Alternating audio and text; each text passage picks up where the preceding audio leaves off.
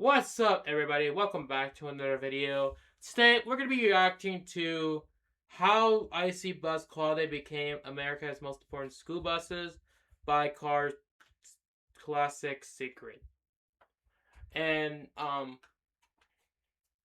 going to be reacting to a history video about IC buses. Even though I've been doing this in the past, but today we're going to be watching a full-length video about talking about IC buses. But you might be asking why, but not only because it's not one of my favorite ICE buses, one of my favorite bus fleet, but also as well as talk about some things that but anyways, no longer ado, let's react to this video. But also like and subscribe if you want to see some more reactions and bus content like this. And no matter ado, let's react to this video.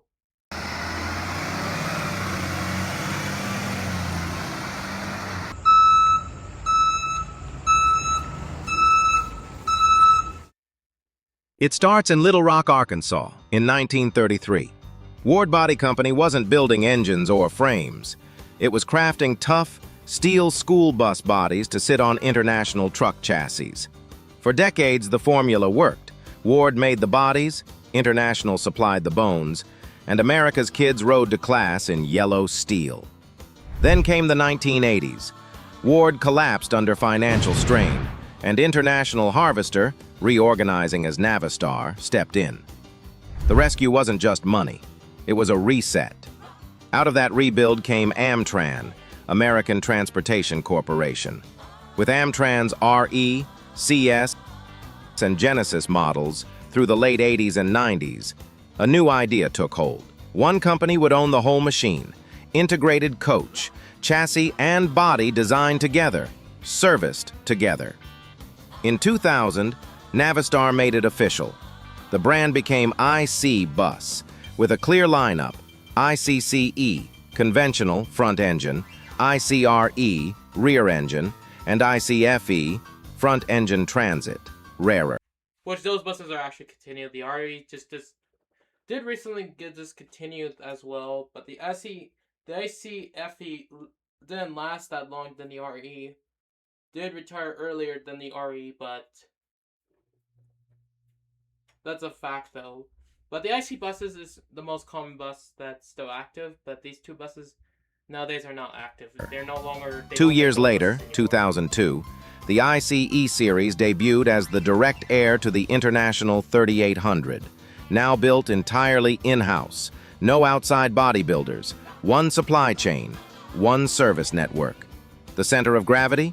Tulsa, Oklahoma, the assembly hub where this integrated philosophy still turns into real, yellow buses every workday morning. From Tulsa's assembly lines came a machine built on one of America's most proven blueprints, the Type C conventional school bus. Engine up front, long hood stretching ahead, body welded in steel. It's the shape everyone knows, the classic yellow silhouette that's rolled down American streets for generations. Underneath, the International 3300 chassis carried every ICCE from 2002 through 2023, using heavy steel rails and that unmistakable ladder frame strength. Beginning in 2024, it transitions to the new International MV platform, adding updated electronics, cleaner emissions, and smarter diagnostics. Evolution without losing the old bones. Each bus runs between 35 and 40 feet long, depending on body style, with seating for 65 to 83 students, the 83-seat model setting a record for any Type C bus in 2021. The welded monocoque body arches gently overhead, adding stiffness to its steel skin, while leaf spring or air ride suspension takes the punishment of daily routes. It's durable, simple, and serviceable almost anywhere, though the trade-offs remain: engine noise up front, heat on the first rows, and less forward visibility than the big rear engine Type D. From the start, IC Bus kept the CE evolving, not in sudden leaps, but in steady, confident steps. First generation, 2002 to 2007. The early years kept the familiar face of the International 3800 alive. A square hood, round headlights, and a simple, no-nonsense dashboard. Power came from Navistar's trusted lineup: the DT466 inline-6, VT365 V8, and the older T444E diesel. These buses were pure workhorses, loud, strong, and built to outlast the pavement. Second, Do you know there's a fact about Canada's ICCE buses? So back in before we got the second gen bus, back then we didn't had first gen IC buses in Canada because back then we had only Bluebirds and old Thomas FF65s and international buses and Corbeil Internationals back in 2000 before ICs became a thing in 2004. We only had the only fleet they had in Canada that they were purchasing were Corbeil and Thomas FF65s, Internationals, and Bluebirds were also a thing as well before IC became a thing. And then eventually in 2008, that was the year when they rebranded Brakes Bus Lines, which that's where the IC buses were purchased from. Eventually were renamed to Western Canada Buses Sales, which is known today. That's where my local company, my local transportation, does purchase their buses from. generation: CE200, CE300, 2008 to 2015. A new emissions era forced change. The smaller Yeah, I remember these buses a lot. I remember always riding on these IC buses, like these older buses. Like I remember riding in 2005 and 2008, or even newer versions of MaxxForce buses as well. Like I remember riding on a 2009, 11, I think kind of 11, 12, and a 14. But I don't rarely ride on a 2015 model, so that's quite sad. CE200 ran a MaxxForce 7 V8, 6.4 liters, for lighter duty, while the CE300 carried the MaxxForce DT, 7.6 liters, for heavy routes, both meeting EPA 2007 and 2010 standards. The styling softened, the grille grew, and Amtran's square lines gave way to smoother curves. Third generation, CE Next Gen, 2016 to 2021. Navistar dropped the troubled MaxxForce engines in favor of the Cummins ISB/B 6.7. Inside came a modern truck-style steering wheel, LCD gauges, and power doors. Safety joined the mix. Yeah, in Canada we did purchase Cummins buses. We do have Cummins buses. And they also have gasolines that we have in our fleet, the local fleet. And also recently we bought the third gen CE buses with the gauge cluster. We didn't buy the base one where it does come with the tiny little gauge cluster, the basic hydronic base you know what I mean. But surprisingly, our IC fleet did came with the gauge cluster, which is actually lucky for our local transportation to come with it. But also sometimes comes with problems when it comes to weather as well. Because sometimes the gauge cluster could glitch once in a while, but it comes to weather, but I don't blame it. But unfortunately, we don't have backup cameras on those third gen buses, so it is so unfortunate that IC bus did not come with the backup cameras. But yeah, I just want to give you guys information about some stuff. LED headlights, ESC, and optional camera. Also, by the way, we didn't get LED packages for all IC buses until 2021 or 22 model year when they introduced the new LED package and on the buses. And actually, our third gen Cs do have LED headlights, which is awesome. Camera systems. Fourth generation, CE Electric, 2022 to present. Quiet but powerful, the Electric CE swaps pistons for volts. 100 to 210 kilowatt-hour battery packs, a 335 horsepower motor, 3-level regenerative braking, and DC fast charging up to 150 kilowatts. Unfortunately for Canada, there actually is electric buses in Canada, but only limitedly. I heard recently Ontario and BC are currently going for electric vehicles. But at the same time, we do have it's almost common to have really cold weather. So yeah, we do Ontario and Quebec and some parts of the warm areas of Canada do also have what do you call electric buses like Lion buses, and I don't know IC buses don't I don't think IC buses didn't come with electric, but they do have propane buses. But I think, and also Canada only drives a propane, gasoline, and diesel. They don't have electric buses in Alberta because we have the worst climate in Canada. We have the most frigid temperature in Canada, because not only we're part of the Prairie parts of Canada, but also gets really cold really easy, and it might be harder to buy electric buses in these cold climates. So I don't think we're gonna have any electric buses anytime soon, unless otherwise things change. Yet even with its sealed grille and silent drivetrain, it still looks unmistakably like what it's always been.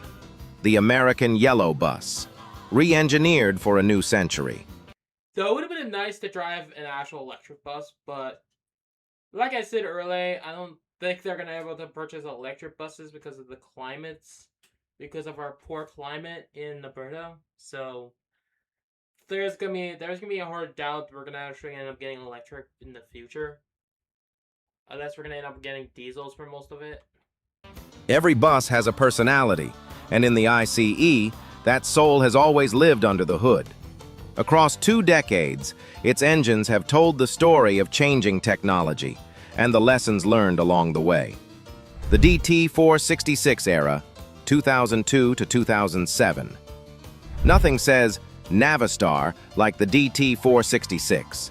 A 7.6-liter inline-6 diesel making 210 to 250 horsepower and up to 660 pound-feet of torque, it was legendary for one reason: durability. Mechanics called it the million-mile motor. Simple to rebuild, easy to trust. District fleets loved it because it just ran. Winter, summer, whatever came. VT365 and MaxxForce 7, 2007 to 2014. I'll give you a question. I'm gonna give you some answers about that. Our fleet, my local transportation do have Max. They used to have DT466, but the only bus that did come with DT466 was Bus 8, which you guys know was a 2008, but it does come with the DT466, which I think it is the only model. I think it's hardly the only bus to come with that engine. However, every bus in the fleet, every MaxxForce and older buses in the fleet did only come with the VT65 and the MaxxForce 7. But we do have a 300, but... When emissions tightened, Navistar downsized to a 6.0-liter V8 built off Ford's Power Stroke block. On paper, it looked efficient. In practice, it ran hot. The EGR-only system tried to meet EPA rules without urea injection, but that choice came at a cost: cracked heads, short life, long shop time. MaxxForce DT, 2008 to 2015. Still EGR only, still heavy and complex. Yeah, I used to always ride a MaxxForce DT in my elementary times, but those buses were quite... Well, they do come with problems as well. Power was fine, emissions were clean, but reliability lagged. The name MaxxForce became a lesson in how not to out-engineer a rule book. Cummins B 6. Yeah, also the most common about MaxxForce DTs that they also sometimes break down more often. Like, for example, like most of my local transportations do have, well, we still kind of have we still have the 2009 model years, but recently discontinued the 2011 buses. But that one came with the Maxter 7, not the DT, but we still have them, but they also become a pain in the butt anyways, but well, we do only have like at least one or two Max Force DTs left in our fleet. But one is already storage, used as a storage bus. But anyways, let's continue. 7. 2015 to present. Navistar changed course. Partnering with Cummins brought the 6.7-liter B-Series, delivering 200 to 300 horsepower, better torque curves, and a rock-solid SCR DEF system that simply worked. Suddenly, the CE was quiet. Yeah, I forgot what year I actually first went on a Commons, but I remember I used to go on a school bus one time, and it's a Commons bus, and it actually smells brand new and slightly quiet. Like, I remember riding on a IC bus with the Commons. I think that was the first time I actually rode on that bus. Was in 2016, and it was a 2017 model year. And I remember that bus was really, it not only it's really comfortable, but also it's quite quiet and more comfy compared to the old Max Force bump aggressive ones. Like, before we had Columbus, the IC buses that we had in Canada were just so bumpy, as they always was. But when the Comets came around, the suspension got really smooth instead of aggressive. Which nobody doesn't know that. One of the IC buses are mostly common for having real aggressive suspension. Which every time you go on a speed bump or whatever, you just jump in the air, like literally.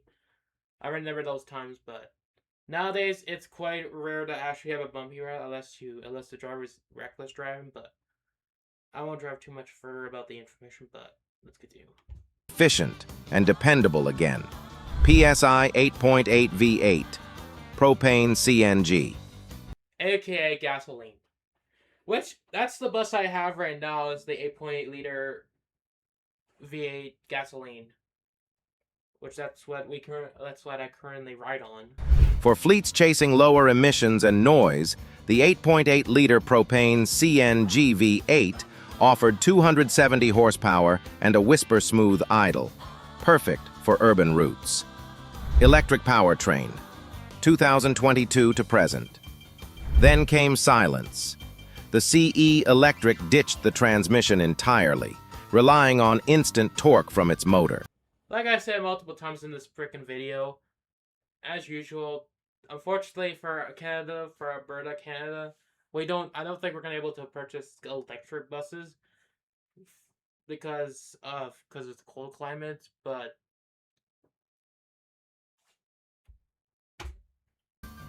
Fewer fluids, fewer moving parts, and roughly 60% lower operating costs.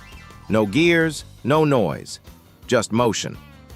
From the DT, I heard when you drive an electric bus, you don't have to go for oil changes that often in an electric bus, which is awesome though. But at the same time, we have to do a cold climate, so yeah, at the same time, it would be hard to actually operate these buses unless it has to be less than -20 to operate these buses, or less than -10. We should operate the buses, but when they're like above -10. These buses can't be operatable because they'll drain easily in the cold climates. It won't last in these unpredictable cold climates. E466's diesel roar to the hum of electrons, the ICCE's heartbeat has changed, but its purpose never has. To keep America moving, one school morning at a time. Step inside an ICE built after 2016, and you'll notice how far the old yellow bus has come. The exterior softened, its rounded nose and dual LED headlights replacing the square, workmanlike look of the early 2000s. Up front, the familiar crosshatch grills. Yeah, like I see interiors did change over the years with their window frames being changed over the years.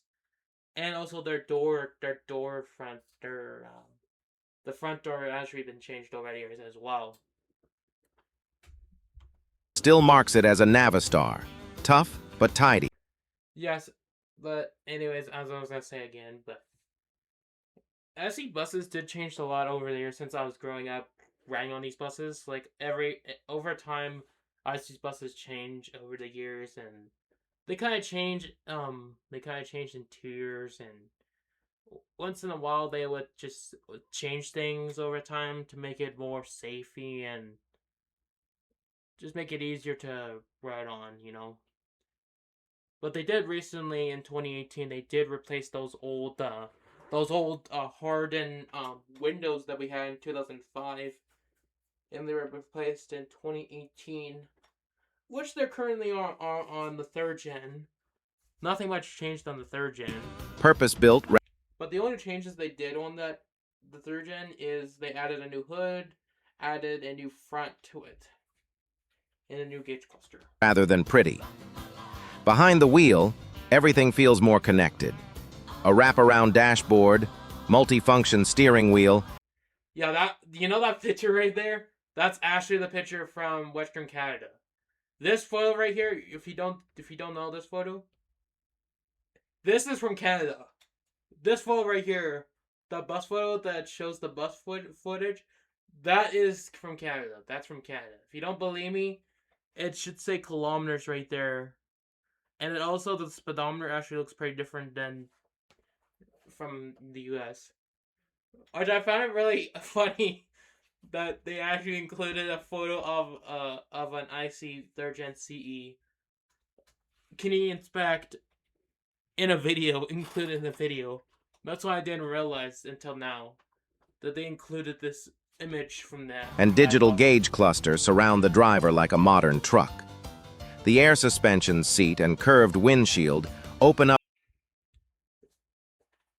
Yeah, those seats are pretty nice. Visibility that older drivers could only dream of. Inside, it's all about function and safety. Like I said about earlier, the windows actually changed in 2018. So if you look into 3rd Gen, they don't actually have those windows. They got replaced in 2018 with the new ones. Non-slip flooring. It's kind of funny, the whole panels, the side panels are yellow. Fire retardant vinyl seats, and optional heating or AC depending on the district. Newer CEs can even add in-cabin cameras, door sensors, and electronic stop arms that extend automatically. Yeah, well, we do have cameras. We do have security cameras, but we don't have backup cameras. We don't have front cameras. Anything like that. We only have surveillance cameras on the buses in our fleet nowadays, but on the road, the CE is surprisingly composed. Light steering, a tight turning radius, and with the Cummins engines, cruise speeds of 55 to 65 miles per hour come with noticeably less noise and vibration. It's not luxury, but for a school bus, it's comfort by evolution. Every company faces a crossroads, and for Navistar, that moment came when new emissions laws hit in 2007 and 2010. While other manufacturers adopted SCR systems using DEF fluid to clean exhaust, Navistar chose a different path, an EGR-only solution that promised simplicity and lower maintenance. On paper, it looked clever. In the real world, it ran too hot. Engines clogged with soot. Yeah, in reality, it didn't do well for most of the MaxxForce buses. So once time goes by, I see buses start noticing that sometimes MaxxForce buses also get decommissioned once in a while because of breakdowns and mechanical EGR problems. coolers failed. Head gaskets blew. Mechanics fought endless overheating codes and fleets lost confidence. The once proud Navistar name, built on the bulletproof DT466, began to crack under warranty claims and frustrated district budgets. By the early 2000s, lawsuits piled up. In 2020, Navistar reached a major settlement in the United States followed by another in Canada in 2023, paying hundreds of millions of dollars to fleets who had gambled on MaxForce power. Many school districts jumped ship to Thomas-Built or Blue Bird, brands using Cummins or Daimler diesels. For a time, ICE buses sat parked, their engines idling rough and reputations in question. But redemption came quietly. In 2014 to 2015, Navistar teamed up with Cummins, ending the EGR experiment and restoring trust. The lesson was clear and painful. Sometimes being clever isn't being right. One bad engineering gamble can cost a Yeah, we also, I remember one time, there's actually one time, I think I had a video, I have a walk-around video about it, but it's not from Salt Lake, but it's a different company that's a contract bus from St. Paul, and one of their buses, which is Route T40 TH2, which is known as today as C25, which is known taking over that bus, is a 2015 model year, but has the Cummins diesel engine on it and clipped. So it's quite shocking they actually it's quite unusual to find a early 20 Cummins model for a later model. Decade, but getting back on track can rebuild everything. After weathering its toughest decade, IC Bus aimed for something bold: silence. In 2022, the company introduced the ICCE Electric, the first Type C school bus built for large-scale production in the United States. It looked familiar, painted the same yellow every child knows, but under the floor, everything had changed. Instead of pistons and gears, there's a 250 to 3. It's quiet. It's basically quiet. Instead of just an engine whirring and a little pipes going out there, exhaust pipes going out there, it's just nothing but just a quiet electric motor, except rough noises a bit. 335 horsepower electric motor, delivering instant torque the moment the pedal moves. Power comes from lithium-ion battery packs ranging from 100 to 210 kilowatt hours, good for roughly 85 to 155 miles, 135 to 2. That's how I could go, unless it was not really cold, like we are. But if it was like Ontario or somewhere that's warm, like BC or in the south or the east coast of Canada, they would definitely be acceptable, unless they're affordable to be purchased. But I guess that's a good high note that they're up to 135 kilometers to 215, which is something. 250 kilometers of range, depending on configuration. Using DC fast charging up to 150 kilowatts, it can recharge during a lunch break and even send power back to the grid through V2G, vehicle-to-grid technology. No diesel exhaust, no shifting, no air brake hiss, just motion, smooth, quiet, almost eerie at first. Just like I said earlier. With no oil changes, no transmission, and I think I'm unpredictable on what I'm saying. Far fewer moving parts, maintenance costs drop by nearly half. Safety rises too, fewer hot surfaces, fewer fluids, and electronic braking that's calm and predictable. The rollout ties directly into the EPA Clean School Bus Program, which can fund up to $375,000 per vehicle for districts adopting electric fleets. In the end, the bus that once carried generations of children is now teaching the world a different lesson: that clean power can move people just as faithfully as diesel ever did. In the modern school bus arena, competition is fierce but familiar. Blue Bird's vision carries its own legacy, built on a custom Blue Bird chassis, powered by either the Ford 7.3-liter V8 or Cummins B6.7, wrapped in smooth, rounded panels and a full curved windshield that feels almost futuristic. Across the aisle, the Thomas-built C2 rides on the Freightliner M2 truck platform, drawing from Daimler's global engineering, with a sleek modern cab that looks more like a highway tractor than a school bus. And then there's the ICCE, built on the Navistar 3300 and now the MV chassis, offering Cummins B6.7, PSI 8.8 propane or CNG, and even electric power. It's the dependable one, rugged, easy to maintain, with parts available in every corner of the country. Yeah, it's kind of sad they actually discontinued the PSI 8.8 liter gasoline and / propane. They suddenly replaced it with just the Cummins and the electric power, just killing off the 8.8 liter V8. But at the same time, they were trying to focus on, electric buses and in clean emissions instead of just, of course, gasoline and propane. Which is kind of sad because, well, we only have how many units that came with gasoline? We only have 3 units, I think, that come with gasolines.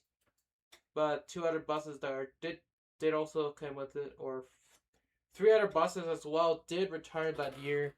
Over the years, we only lost like 3 gasoline buses over the years. Like 31, 34, and 35 retired as well, which we're down to 3 gasoline buses, plus the Bluebirds, which recently were purchased with the 2024 and 25s. In safety and tech, each has its strengths. The CE uses ESC and 360-degree cameras. The Vision adds radar-based driver aids. And the C2 brings full collision mitigation systems.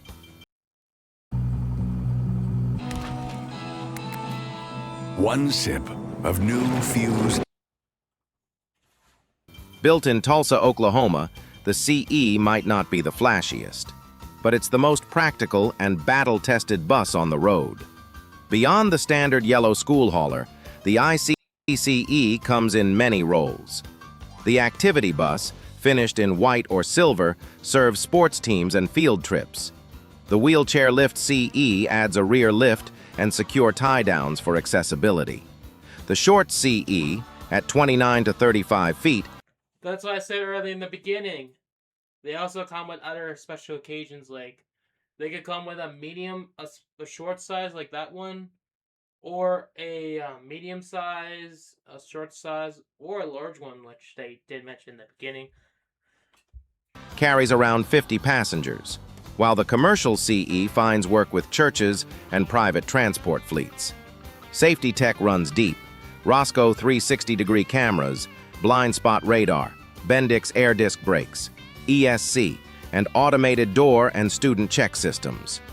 Through decades of change, the ICCE has become more than a machine. Like I said earlier, we don't come. These buses did not come with backup cameras, except the Bluebirds. They do have come with backup cameras. The Bluebird Visions that we currently have do have backup cameras for the 2025 models, but not for the 26 model years for these buses. It's a piece of American culture, carrying forward the timeless shape and spirit of the yellow school bus. From the old International 3800 to today's CE Electric, the silhouette remains the same, a bright symbol of safety, community, and everyday life. For over 20 years of continuous production, the CE has proven that good design isn't about flash, it's about lasting purpose. Its philosophy runs deep. Technology only matters when it serves people, when it makes each ride safer for the next generation. From the deep diesel rumble of the DT466 to the quiet hum of lithium power, the ICCE hasn't just carried students. It's carried the story of America's engineering evolution. Have you ever ridden on one of these yellow ICCEs? Like, if you believe great ideas never grow old. Alright guys, I'm going to end this video. If you guys like this reaction, make sure to like and subscribe if you want to see more reactions.